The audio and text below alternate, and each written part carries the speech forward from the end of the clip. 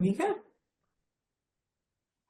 So there we go. So welcome again. And thank you to Viventium for doing the presentation on the I-9 Survival Guide, Rights and Responsibilities and Readiness. And I want to welcome our speaker today. Her name is Yonina Shineweather. She is a CPA and is a Consulting Director of Compliance Services at Viventium. So I really want to welcome her and thank you for their time on this important topic. And I'm going to pass it along. Thanks so much, Cynthia, and welcome everyone. Good afternoon. Today's webinar is all about I-9s, immigration, authorization revocations, immigration enforcements, and all of those very timely and tedious and compliance-filled topics. We're going to be talking about rights of employees and employers, responsibilities of employees and employers, and your readiness as a healthcare industry employer to both present your I-9s if you are required to, requested to, and ensure that your workforce is indeed authorized legally to work in the country. We're going to be taking a look at some very specific legal developments, and as the title suggests, how you're going to prepare and be ready for them. So, as Cynthia said, today is not meant to be a speech or a soliloquy or a monologue. It's meant to be an interactive tool for you to gain the insight and the answers to questions that you may have been hearing about things in the media. You may have been hearing a lot of hype around so-called raids by ICE, the immigration and enforcement arm of DHS, and you may have concerns about what does this mean to me as an employer? What do I need to do to ensure that my workforce is compliant? And since we want to make this as interactive as possible, please do use your chat tool on your meetings bar. And just feel free to chat over any questions at any point if there's something that you feel needs further explanation, elucidation, elaboration, then probably other people on our webinar feel the same thing, and you'll be doing everyone a favor by being the brave one to speak up and to ask your questions. So please go ahead. I will try to keep my eye on the chat as we go along and also answer some questions at the end, time permitting. And whatever questions we don't get to during the actual webinar today, I'll still get to see as long as they're in the chat and be able to respond to them after the webinar. So I'll introduce myself again. I'm Yonina F. Shineweather, CPA. I'm the Consulting Director of Compliance here at Viventium. And small print, part of our housekeeping before we get started. Today's webinar is general information, and it is a rapidly tilting planet when it comes to immigration. And therefore, what I'm going to be saying today is based on the known information at this time. Okay, it may change, or very likely will change. And therefore, before using anything that you hear today as a basis for decisions, please do consult your own legal, accounting, and tax advisors, because Viventium, as an HCM provider, is not engaged in the business of providing legal, accounting, or tax advice. And needless to say, nothing stated here today represents a political opinion. Okay, let's get started. Oh, and one question that I always get asked, I think Cynthia mentioned it, but some of you may have joined afterwards. Today's presentation is being recorded, and the recording will be available to you as participants. So if you want to share it with colleagues or review any of the information, we really have an information-packed webinar today, you'll be able to do it. So we're going to divide today into two parts. Part one, we're going to look at the much talked about revocations of employment authorization documents. When we speak about the revocations, of course, we mean the DHS, the Department of Homeland Security, taking workers who have authorization to work in the country and revoking those authorizations. And we're going to see, well, first of all, what is an EAD? What's an EAD revocation? Why are these EADs being revoked to begin with? How can you, as the employer, know if one of your workers has had their authorization revoked? And if you do find out, that an employee has had their authorization revoked, what are you supposed to do about it? In part 2, we're going to be, instead of looking from the inside out, in other words, you dealing with the outside world, we're going to be looking with the outside in. And that is, what if one day there's a knock at your door and there's an ICE agent or agents, and they say, we're here to do perhaps an I-9 inspection, which you might call an I-9 audit, or we are here on ERO business, which is the enforcement removal operation, the ones that usually are dubbed as raids in the media. But we need to drop all the hype of the media and the politics and really just cut to the chase and understand the terms, understand what could be presented to you in documents as an employer, what an inspection process would look like, and what your rights are and also your responsibilities are during an enforcement and removal operation. That's what we're going to be looking at today. So, as you know, the One Big Beautiful Bill Act was signed into law on July 4th, 2025, contained provisions that touched about every aspect of employers' compliance, but very specifically, the OB3 has great implications for immigration enforcement. And it ushers in an era of enhanced enforcement of immigration compliance. Specifically, $170 billion was allocated by Congress specifically to immigration enforcement. And that includes over $75 billion to ICE, Immigration Customs Enforcement. They're kind of known as the police of immigration or immigration raids, as you will. I don't like to use that term because that's not really an official term, but they're the ones that do the EROs and the let's see your I-9 part of the enforcement.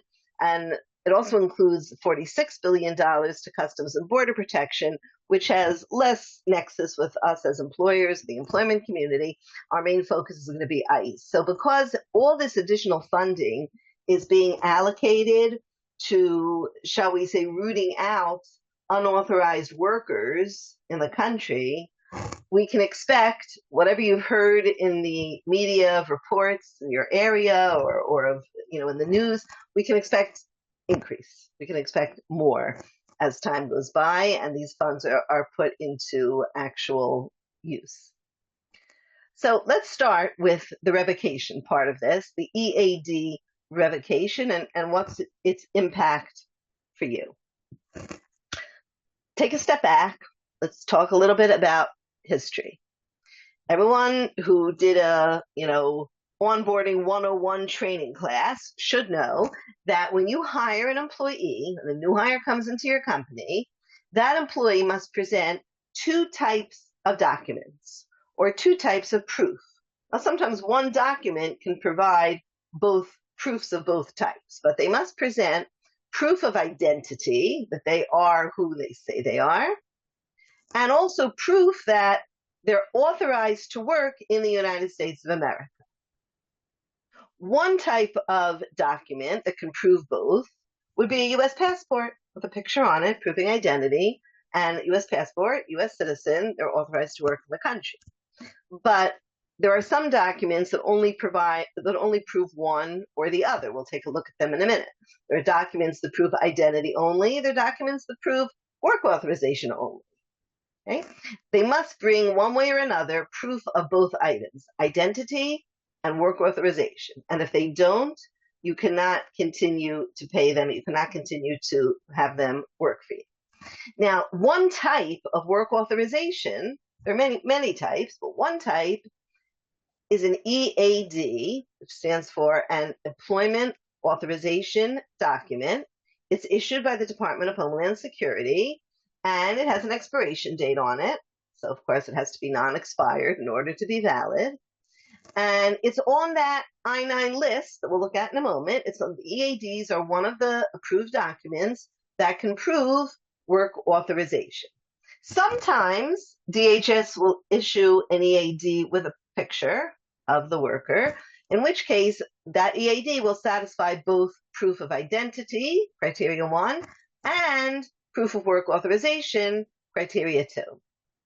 But without proof of both of these, identity and work authorization, the worker cannot be continued in employment. Okay, so this is what it looks like. This is basically taken, and those of you, by the way, who like to see actual sources, if you look down at the bottom right-hand corner of the slide, there's a little source arrow there. If you click on it, it'll take you to the actual form.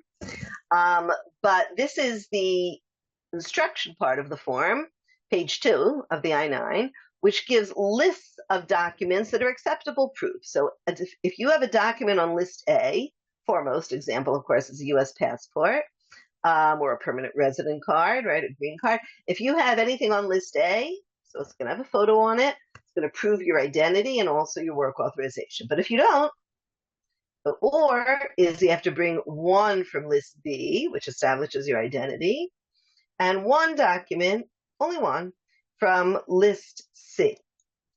And if you look at list C, right over here, number 7, what does it say here? Employment authorization document issued by DHS. So that's what we're talking about. We're talking about a worker who onboards to your company and as proof of their work authorization brings an EAD. Now, enter the CHNV Payroll program. This was a program to parole certain individuals into the United States for a limited amount of time. The program launched at the beginning of 2023, so it's nothing new. Basically, it allowed eligible people from these 4 countries, Cuba, Haiti, Nicaragua, and Venezuela. That's the CHNV countries. It allowed them to come into the United States for up to 2 years, and many of these CHNV parolees received work authorization. Now, I just want to burst a little myth here. When you hear the word parole or parolee, it may conjure up images in your mind of people coming out of a correctional institution, coming out of jail. That's not the meaning here. When we say parole in the context of immigration, so that if you would ever get a letter or an inquiry about people on this parole program, it has nothing to do with jail. It means they are being allowed into the United States for certain reasons. Okay, so because of various negative conditions in these countries, this parole program was launched, and many of the individuals who entered the country on this program also received work authorization. Now, what's been happening recently? It started in 2023. Many parolees entered the country. Okay. As of March 25th, 2025, the Department of Homeland Security announced that the CHNV program is ended. And in the same announcement, they said a month from today, on April 24th, the parole of all of these people who came in under the CHNV program will terminate, even if their documents stated that they are still allowed in, that they're still, lawfully here. We're going to terminate that parole, and they will no longer have the right under the CHNV program to stay in the country. Now, there was a whole hue and cry when this announcement was made, and the case was taken to a U.S. federal district court before the April 24th deadline arrived, before the termination date. And on April 14th of this year, there was a preliminary injunction issued by the court that blocked further terminations and invalidated any terminations that had already been sent out. However, the case made its way all the way up to the Supreme Court. And about a month and a half later, May 30th, the Supreme Court lifted that injunction of the lower federal district court, meaning the terminations could continue. And so on June 12th, the DHS did not waste any time. It resumed sending notices of termination of parole. Now, what does that mean to you as an employer? Well, not only is the parole of a CHNV individual being revoked, but also any employment authorization that is based on their parole into the United States was also being revoked. And it was being revoked immediately with no grace period. This affects about 500,000 workers, over 500,000 workers. And these workers have been informed that they must return their EADs to the federal government. They received an email from DHS with this information. And the trick here is that even if you have an EAD on file, you did everything right, you dotted the I's, crossed the T's, you onboarded your employees, you got an EAD, you checked the expiration date, you kept a copy of it, everything's on file, wonderful. Even if that document is not expired yet, but if it's under the CHNV program and if it has been revoked, then it's no longer valid. And if ICE were to knock on your door for an I-9 inspection or something even more drastic, an ERO, and you would show, well, these people are valid, we have non-expired EADs, they could point to the fact that these have been revoked, and willfully or otherwise, you didn't do anything about it. So this is very important information for employers, especially in healthcare, where a great number of employees may not be permanent lawful residents and may be relying on some form of an EAD. So this is what the email looked like that DHS sent out to your workers. It basically announced the termination of the parole program. And when I say your workers, I don't know that anyone's working for you under the CHNV program, but sent out to workers, stating that even if it didn't expire yet, as of April 24th, it would be terminated. Then it told them that there had been a court order which temporarily paused their action, but the Supreme Court has since held that DHS may proceed, and therefore, accordingly, look at the bold print here, DHS is now terminating your parole by issuing this notice, okay? And your employment authorization document is hereby revoked as of the date of this notice, meaning effective immediately. Now, you may be all thinking the obvious question. They sent these revocation emails to the workers, but how are we, as an employer, supposed to know about it? We're acting in good faith. We have a document on file that's non-expired. Why would we even dream, right? That's what you're thinking, that this worker, how are we supposed to know if they're not valid anymore, not authorized anymore? So it's conceivable the employee may come over to you and say, hey, I can't work for you anymore, or at least my work authorization has been revoked. That's one scenario. Initially, DHS, or through its E-Verify arm. E-Verify is a service provided by DHS to verify employers' identity and authorization. E-Verify told employer agents, people like Viventium, that we're employer agents on behalf of our clients, there are going to be case alerts on any employee who has had their work authorization revoked. These case alerts will appear in E-Verify, so check the case alerts. But then DHS changed its mind, and they said, no, we're doing away with this idea of posting case alerts. Instead, they issued a new report in the E-Verify system as of June 20th called the Status Change Report. And they told employers, or if you're not enrolled yourself in E-Verify, if you have a payroll partner such as Viventium, then we would be called a employer agent, and we would be checking this for you. They told us that don't use the case alerts anymore. You want to only use the status change report. That's the only way that you can know if the employee's revocation has been terminated. And you need to check this report, quote unquote, regularly. Doesn't say how often, but regularly. And we have a question. I want to pause and address it. What if I'm not enrolled in E-Verify? If you kept a copy of an EAD, check for C11, enroll, and use Viventium service, not definitive.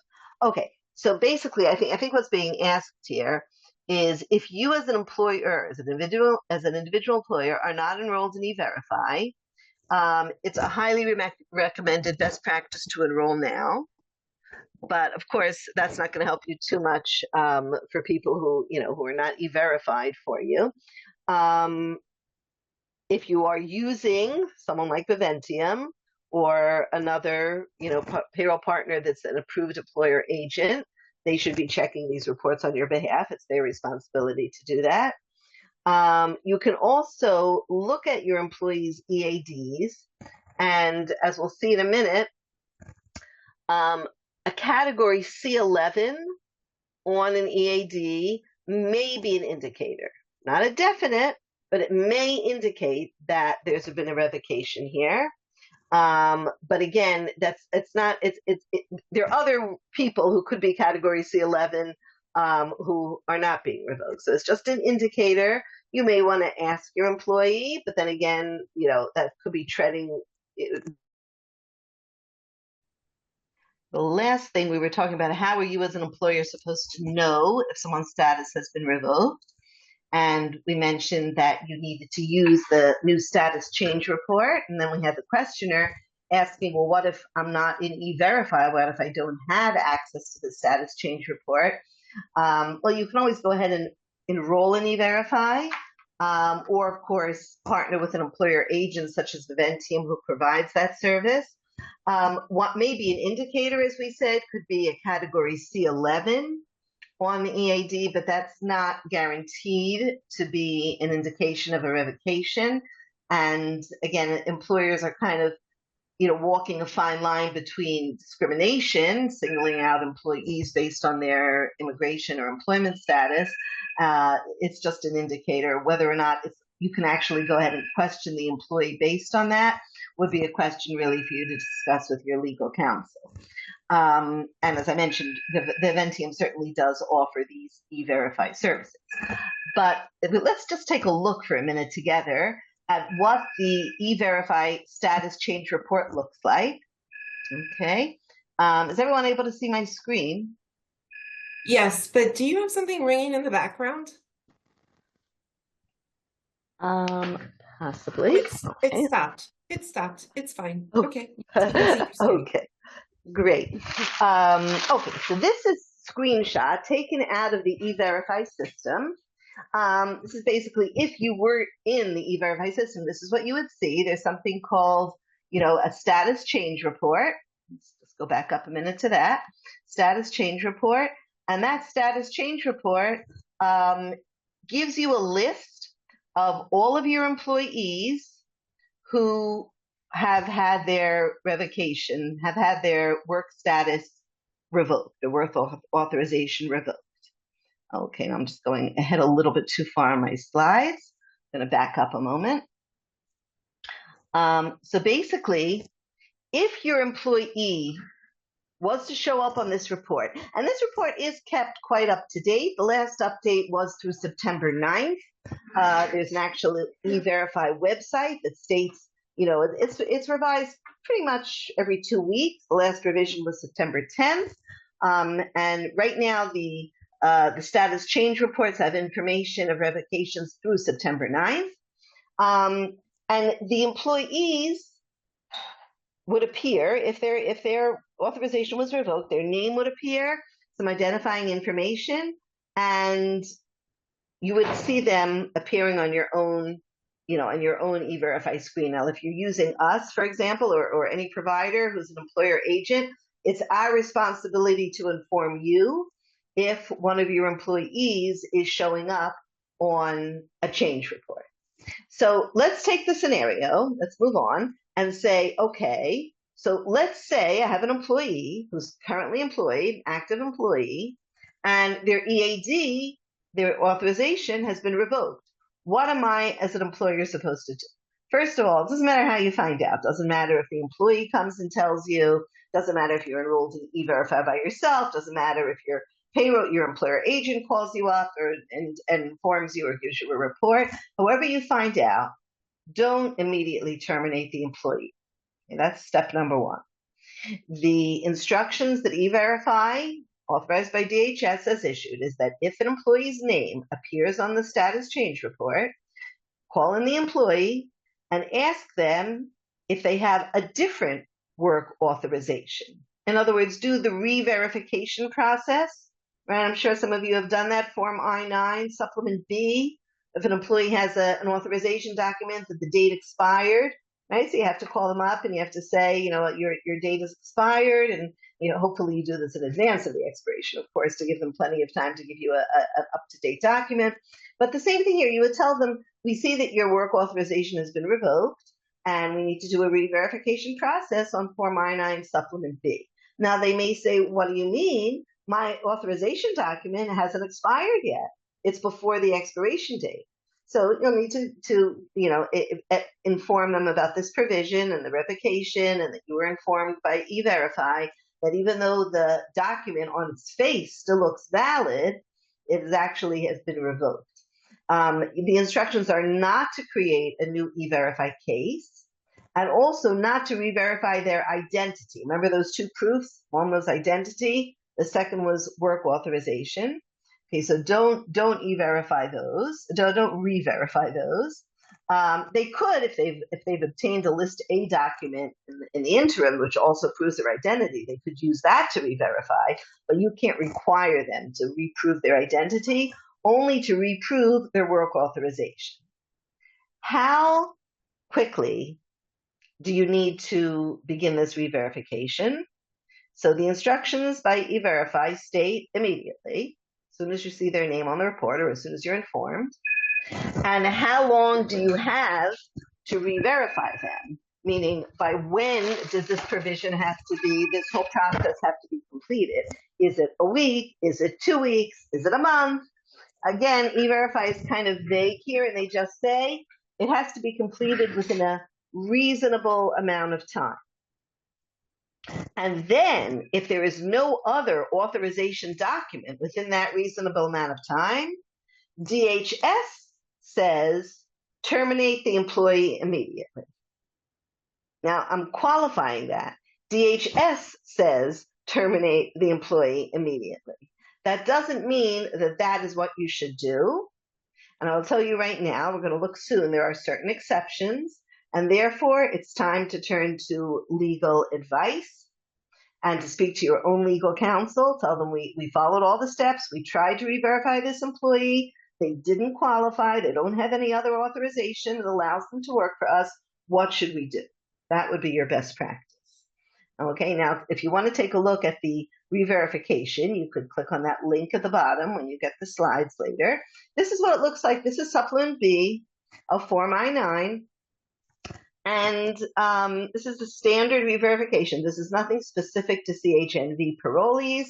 This is the form used for all types of re-verification, but this is what you would be using to re-verify your employees. And the same do's and don'ts apply in this situation. You are obligated to let the employee pick which document they want. So in other words, if they had an EAD and that EAD showed up as revoked, you cannot say to them, I only want to see another EAD or something like that. They can pick any List C document they want, or List A document for that matter, as long as they have it, and they can use that for re-verification. So you also can't ask for more than the required number of documents, meaning they only need one work authorization documents. You can't say, well, because you were once revoked, I need more proof. No, that will be considered discriminatory. You can't ask for any document that's not on the list. You can't make up requirements that are not on the list of the I-9. And you also can't, as we said, you can't request a specific. They have to pick it. And if there was a document that you verified previously, such as identity, you're not allowed to ask them to show their identity again. What's done and what's valid is done. If the document looks, you can say, well, how do I know it's not a forgery? Take a look at it. If it's reasonably genuine and it reasonably relates to your employee, then don't reject it, because that could be considered discriminatory. Now, what if this employee shows up with another lawful status, meaning in the interim, perhaps they married a U.S. citizen, perhaps they had some other type of lawful status change. As long as they can present a current valid work authorization to you, they can keep on working. But E-Verify says to them that if you don't have another lawful status, you must inform your employer. You must depart the U.S. immediately, And the DHS encourages self-deportation. We will pay your travel. We will give you a $1,000 exit bonus. And if you want to see that information that's being provided to employees, there's a little link at the bottom to that notice from E-Verify. Now, since there could be many documents that verify work authorization, on July 15th, E-Verify offered additional help, and they modified their status change report to include a field called revoked document number. So if a name appears on the report, it will now have not only revoked status, but it'll say the revoked document number. And what you would do is go back to the I-9 that you have on file, check the EAD document number, compare it to this number on the report. If the numbers are the same, then it means their authorization was revoked and you must do the re-verification process. If it's a different number, then you do not need to do re-verification because a document was revoked in this person's name, but it's not the document that they used in order to onboard to your company. And you don't have to worry about non-compliance. What's important, though, is meticulous documentation. In other words, keep a copy, make a screenshot of that status change report, or request your employer agent to send you a copy. Circle that revoked document number and make another copy of the actual EAD that you have on file that has a different card number or document number, and keep all that documentation in case of audit.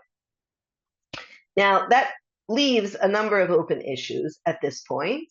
What if you have someone who is clearly a CHNV parolee based on their documentation, but their name doesn't yet appear on the report? Can they still work for you? We'll answer these questions in a moment. What we raised before, what if you see someone has category C11? Do you need to check if they've been revoked or not, if their name is not on the list? How often should you check the report? What does regularly mean? How often should your agent check the report? What about if an employee has different authorization? Will their name still appear on the report? What if an employee says, give me 2 weeks? Is that called reasonable? Okay, so all of these are questions that their answers are a little vague, but to be of assistance, DHS did release a fact, a frequently asked question document. There's a link to it here. It's been posted. And what they've stated is that if an employee's name doesn't appear on the report, then they can keep working for you. And you don't have to, go look for problems where there are none. However, if an employee comes to you and says that their authorization has been revoked, even if their name does not appear on the report, then you must re-verify them since they are voluntarily disclosing. What about an employee who's been terminated and they're now on the revoked report? Well, the answer is if they're terminated now, you don't need to do anything further. Just make sure you have good documentation of the date of their termination. The frequently asked questions also say that sometimes employees' names were on the reports and then disappeared from the reports. Early on, they did some technical stuff and had some changes to their report. What if you had seen an employee on the status change report? What if you tried to re-verify, you were unsuccessful, and you terminated them? Are you obligated to go track them down and rehire them? Again, here, these are legal questions, and the best advice that I can give is just document all of your processes. There's been challenges, as you can imagine, to all these revocation. There were 18 different states, Massachusetts among them, that pushed back against these revocations with their friend of the court brief. There were some carve-outs for various Venezuelan TPS, temporary protected status beneficiaries, other extensions, some Haitian beneficiaries. And this is a copy, for those of you who like this kind of thing. You can actually take a look at all the states that are listed here as pushing back against the revocations. But, and this is developing and breaking now, on September 12th, a federal court struck down this challenge, And if you want to read it, there's a link to it here. Basically, the challenge had stated that the Secretary of DHS did not have any right to just bulk terminate everybody. She should have gone case by case and terminated case by case. She exceeded her authority. The federal court said no, she did not, and Secretary Nowens has the right to bulk terminate, and therefore the terminations can continue. This doesn't mean that it's the end of the road for the challenges. There are still other avenues, and there's a potential that certiorari is going to be sought at the Supreme Court, and the Supreme Court may speak on the issue. But as of now, the terminations and the revocations are continuing. So what are you supposed to do? First of all, follow the developments for other types of programs. Cuba, CHNV, it's only one type of parole program. There are many other humanitarian parole programs. They're called TPS, Temporary Protected Status. And there's a very useful chart at this link published by Littler, the world's largest employer management law firm.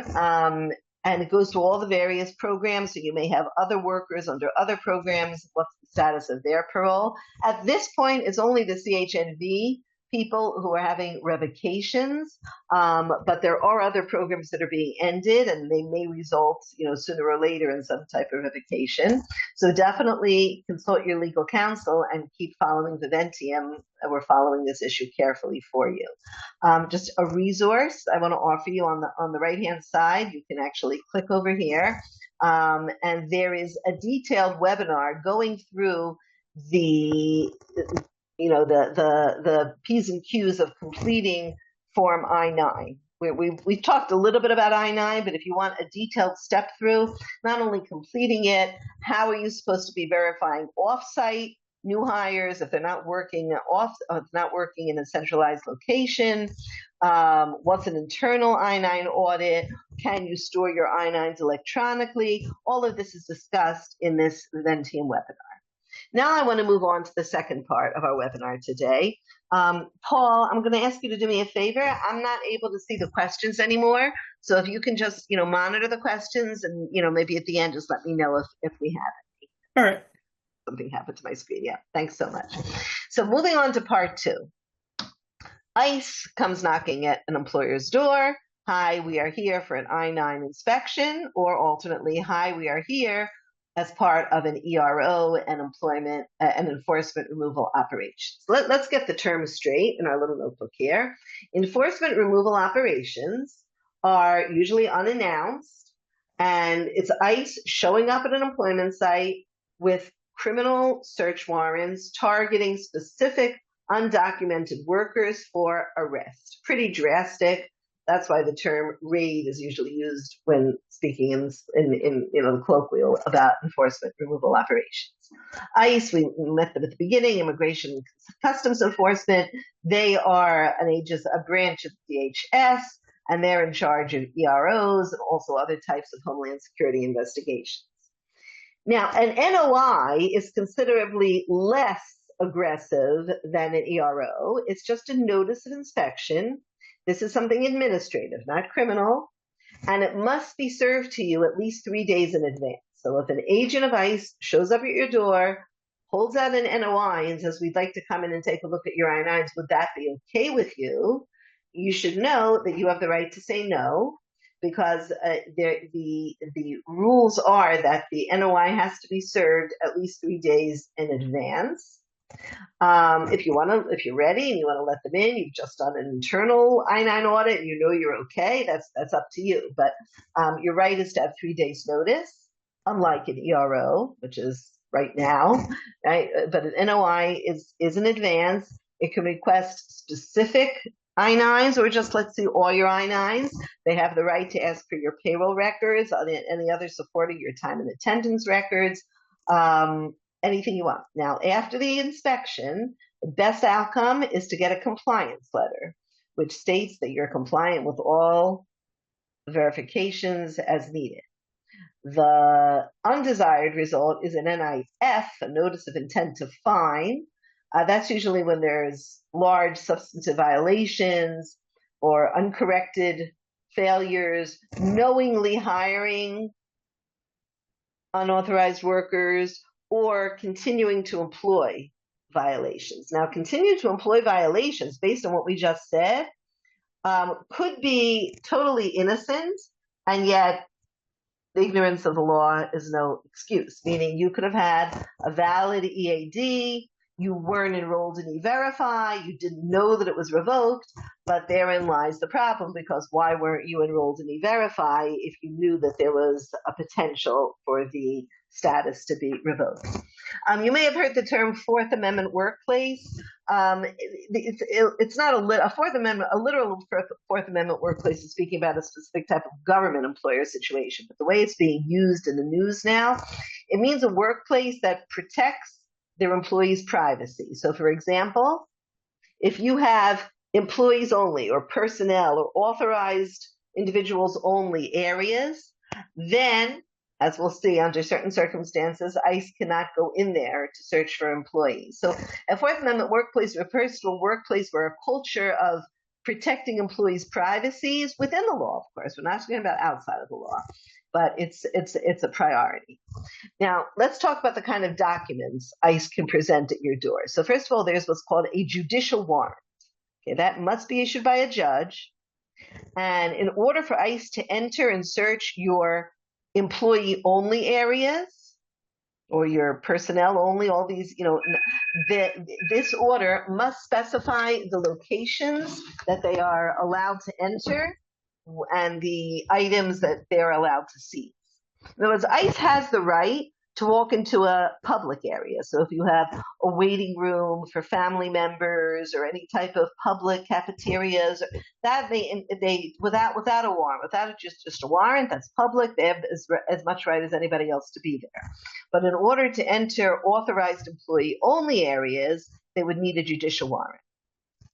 Now, the softer document is an administrative warrant. That's usually Form I-200 or 205. It's not issued by a court. It's a regular DHS form. And it's just in terms of, looking at documents. It does not give ICE the right to enter any private areas without consent, without your consent as the employer.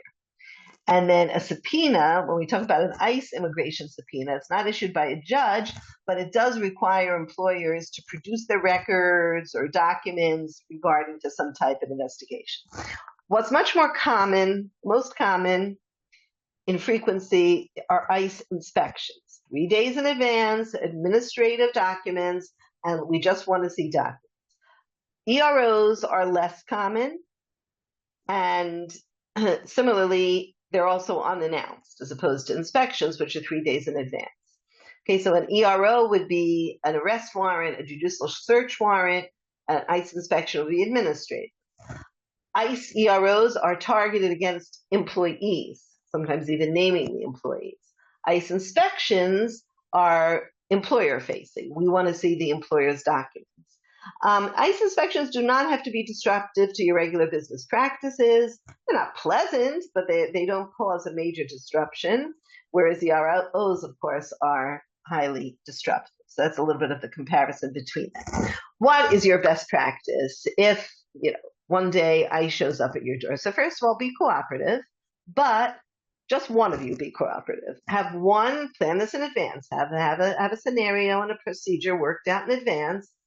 One company contact. You don't want the head of payroll and the HR person and the individual manager and the team leader. You don't want them to be you're allowed to designate one company contact. You will be the liaison between our agency or our facility, our community, and the ICE agents. You have every right to ask to see the warrants and determine what they are and review the scope. What does this warrant actually give the agent a right to do? As soon as they would show up, of course, reach out to your legal counsel, let them know that ICE is at your door. And of course, do not lie, do not attempt to hide people, do not attempt to hide documents. At the same time, you are not obligated to assist ICE in identifying employees or sorting them or locating them based on immigration status, unless you're legally compelled to do so by a valid warrant, which is, of course, why you need your legal counsel. Best practice, I referred to this before, internal I-9 self-audits. You can use that the earlier Viventium webinar resource as a guide there. Make sure that all your I-9s are fully completed, filled out compliantly, stored appropriately. For example, did you know this? I-9s and W-4s cannot be stored together. They must be stored separately, or if they're stored electronically with separate credentials.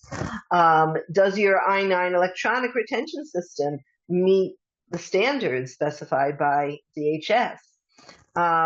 All of these items should be reviewed in an I-9 self-audit and immediately correct any discrepancies. When I at the beginning of 2025, I gave a first in a series of immigration webinars.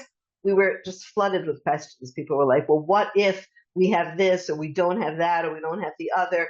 What should we do? And that's why self-audits are such a good tool, because then, when ICE shows up, it doesn't have to be all bad. You can be prepared and you can know that your records are in order. Definitely enroll in E-Verify. Or if you don't want to enroll yourself, partner with an employer agent who provides E-Verify services, and keep on following the Viventium for updates. Two more resources are our home-based care compliance guide and our healthcare workforce management report. Both of these are clickable. They'll take you to our compliance guides, which people have found extremely helpful. There's a QR code over here for more information. And for those of you who have additional questions, and we'll see if there's any right now in a moment, you have my email address at the bottom right of the screen. And we'll just pause now for Paul. Are there any questions that have come in? It didn't look like it. Okay, so I want to invite you to reach out if you digest all of this. They're happy to answer your questions. Thank you very much for joining today. Hope you found this information helpful, and want to wish you much success in complying with your I-9 process and immigration requirements. Have a great day, everyone. Thank you.